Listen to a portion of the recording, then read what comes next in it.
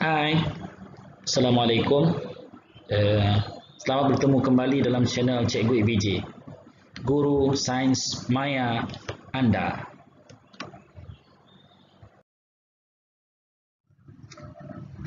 Okey, baik pelajar. Video kali ini adalah berkaitan dengan sistem endokrin manusia, bahagian yang kedua.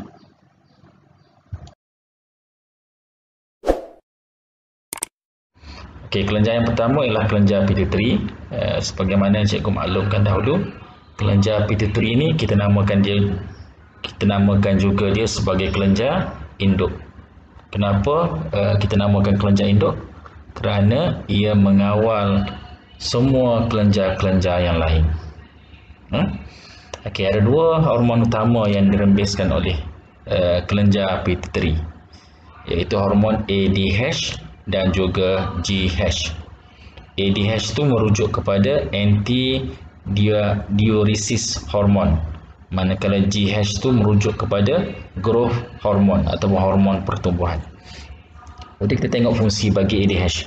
Fungsi bagi ADH ialah mengawal kuantiti air yang diserap semula oleh ginjal.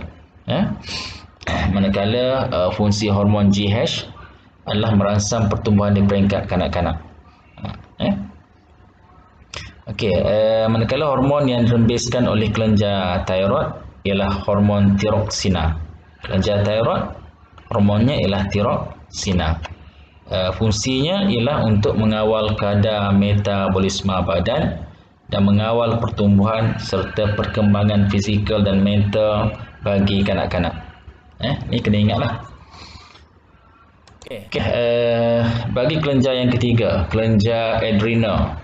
Kelenjar adrenal, hormon utamanya ialah hormon adrenalina. Senang saja nak ingat. Kelenjar adrenal, hormonnya ialah adrenalina. Jadi hormon ni berfungsi semasa keadaan cemas, semasa kita berada dalam keadaan cemas. Hormon ni akan menyediakan diri kita untuk bertindak dalam keadaan cemas. Kalau cemas apa berlaku? Denyut, kadar denyutan jantung meningkat, saiz anak mata kita besar, aras glukosa dalam darah meningkat, kadar pernafasan juga meningkat, kadar metabolisme badan juga meningkat. Ini semuanya adalah keadaan-keadaan yang berlaku kepada kita semasa kita berada dalam keadaan cemas. Okey, kelenjar yang keempat ialah kelenjar pankreas. Kelenjar pankreas merembeskan hormon insulin yang sangat penting untuk mengawal aras glukosa dalam darah, aras gula dalam darah, mengawal aras gula dalam darah. Kalau kurang hormon ni, dia akan menyebabkan penyakit kencing manis ataupun diabetes.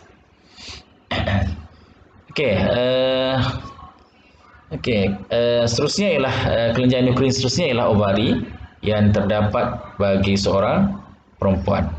Ovari ada pada perempuan saja. Jadi ada dua hormon penting yang dirembeskan. Yang pertama ialah estrogen, fungsinya adalah untuk mengawal ciri-ciri seks sekunder perempuan.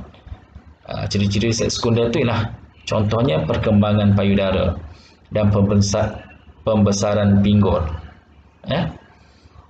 Bentuk apa kita panggil bentuk buah pear.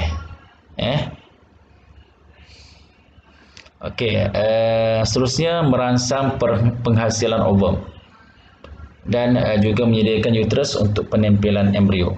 Ini merupakan fungsi estrogen. Manakala fungsi hormon yang kedua ialah progesteron untuk mengekalkan ketebalan dinding uterus bagi proses penempelan embrio. Manakala kelenjar yang terakhir ialah testis. Testis terdapat pada lelaki. Hormonnya ialah testosteron. Fungsinya mengawal perkembangan ciri-ciri seks sekunder bagi lelaki seperti suara garau dan juga pertumbuhan misai. Itu merupakan hormon yang dirembeskan oleh kelenjar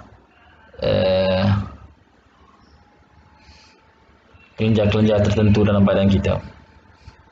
Jadi nama setiap kelenjar dan kedudukan setiap kelenjar tu awak kena ingat dan perlu tahu di mana kedudukannya. Okey, kita tengok kesan ketidakseimbangan hormon. Apa akan berlaku kepada badan kita jika hormon yang cikgu cakap tadi, hormon yang dirembeskan oleh kelenjar tadi merembeskan kurang ataupun banyak sangat hormon yang dirembeskan.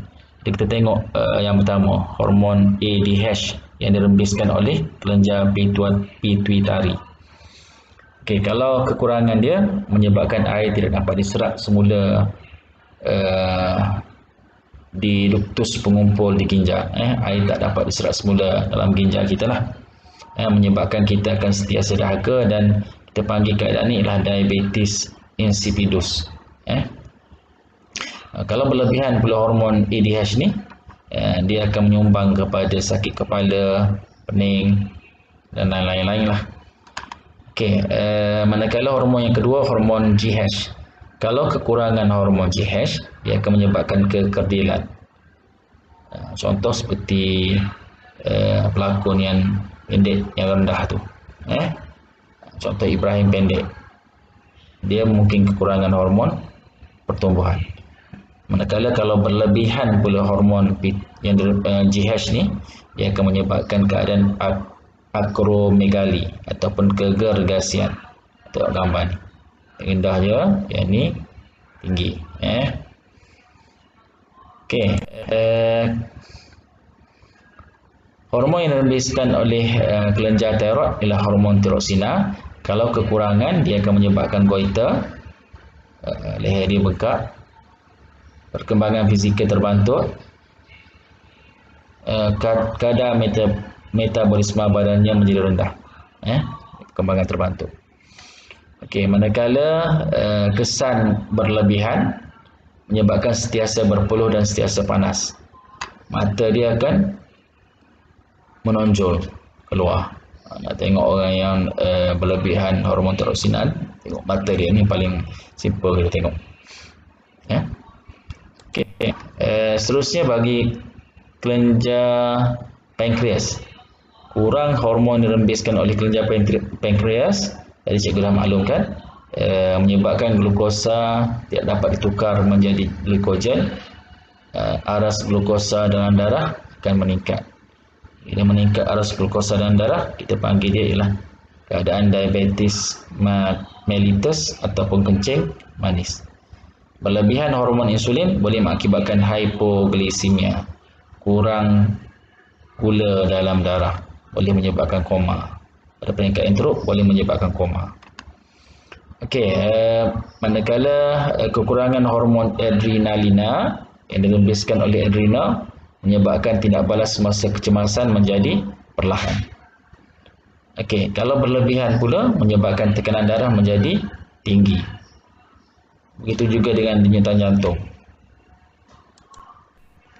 Okey, manakala bagi estrogen, kesan kekurangan hormon estrogen menyebabkan perkembangan ciri-ciri seks sekunder perempuan akan terjejas. Kita haid juga akan terjejas.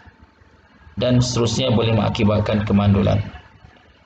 Berlebihan hormon estrogen menyebabkan depresi, tekanan, dan kalau lelaki yang ambil hormon estrogen secara berlebihan menyebabkan lelaki tersebut akan mempunyai sifat keperempuanan. Okey, kesan kekurangan hormon progesteron pula dia menyebabkan masalah gangguan haid, kita haid, sakit kepala. Dan juga boleh mengakibatkan keguguran kandungan kalau perempuan tu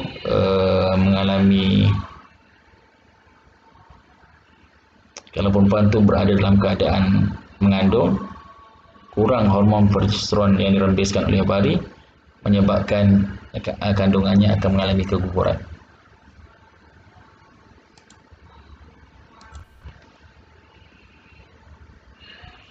Okey, bagi hormon testosteron, kurang hormon testosteron menyebabkan ciri-ciri seks sekunder lelaki akan terjejas,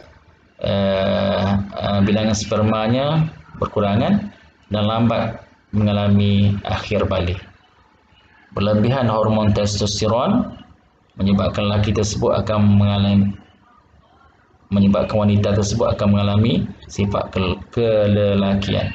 Jadi wanita yang nak jadi lelaki, dia mesti ambil suntikan hormon testosteron supaya otot-otot badan dia akan menjadi lebih besar. Lebih saluk. Okey, itu saja untuk hari ini. Terima kasih. Assalamualaikum warahmatullahi wabarakatuh.